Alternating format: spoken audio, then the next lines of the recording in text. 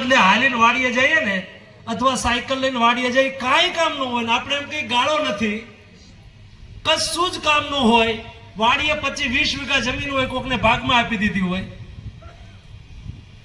આપણે ચોરે ઓટલો ભાંગવાનો હોય, વાડીએ હાથી હાંકવાનું હોય તો ટ્રેક્ટર વાળાને હાંકવાનું હોય, 5000 નો ખર્ચો ટ્રેક્ટર વાળો લઈ જાય, વરામાં વાડીએ જવું હોય એટલે આપણે મોટરસાયકલ લઈને જઈએ એટલે 20000 નું પેટ્રોલ ઈ બાળી નાખે ત્યાં, અને પછી આપણે કઈ ખેતી ખોટ કરે, આપણે હાલીને જઈએ તો ફિટ ઇન્ડિયા નો થઈ જાય, ડાયાબિટીક લગભગ અડધા લોકો નશે આવે. હું આરોગ્ય મંત્રી રહ્યો છું, મને ખબર છે. એના બદલે આપણે શ્રમ એ જીવનનો ભાગ છે. મહેનત વગર આપણે શાસ્ત્રોએ આપણને કહ્યું છે કર્મને વાધિકારસ્તેષુ મહાફલેષુ કદાચનમ. આપણે આપણા કર્મનું, આપણી મહેનતનું ખાવાનો આપણો અધિકાર છે. પછી આપણે કે સરકાર કાંઈ કરતી નથી. સમગ્ર દેશમાં પીણું પ્રખ્યાત ભાઈ શ્રી ચેતનભાઈ, એવા ભાઈ શ્રી ચેતનભાઈ કાસડિયા અહીંયા ઉપસ્થિત સર્વે ગ્રામજનો, માતાઓ, બહેનો, યુવાન દોસ્તો,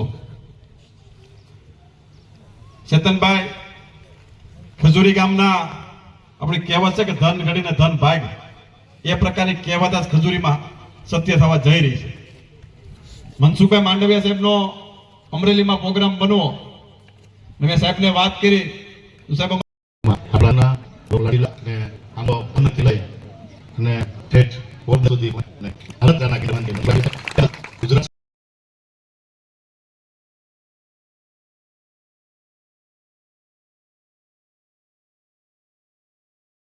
શિવાભાઈ ગોહિલ સાહેબ, મામલતદાર કચેરીમાંથી ઉપસ્થિત મામલતદાર સાહેબ શ્રી, ટીડીઓ સાહેબ શ્રી, તેમજ જિલ્લા ભાજપ મહામંત્રી શ્રી મેહુલભાઈ ધોરાજીયા સાહેબ, અલ્પેશભાઈ ઢોલરિયા ગોંડલ યાર્ડ ચેરમેન શ્રી, તેમજ તાલુકા પંચાયતના પ્રમુખ પરસોત્તમભાઈ હિરપરા, તાલુકા ભાજપ પ્રમુખ ગોપાલભાઈ અંટાળા સાહેબ, જિલ્લા પંચાયતના સદસ્ય જલ્પેશભાઈ મોલિયા, જિલ્લા પંચાયતના સદસ્ય વિપુલભાઈ રાગ, જિલ્લા મહિલા ભાજપ મહામંત્રી રમાબેન, ખજૂરીના મોટા ભાગે ઉપસ્થિત રહેલા ગ્રામજનો અને મોટા ભાગે ઉપસ્થિત સિનિયર સિટીઝન વડીલો, આપ સર્વેનું ખજૂરી ગામમાં હાર્દિક સ્વાગત છે.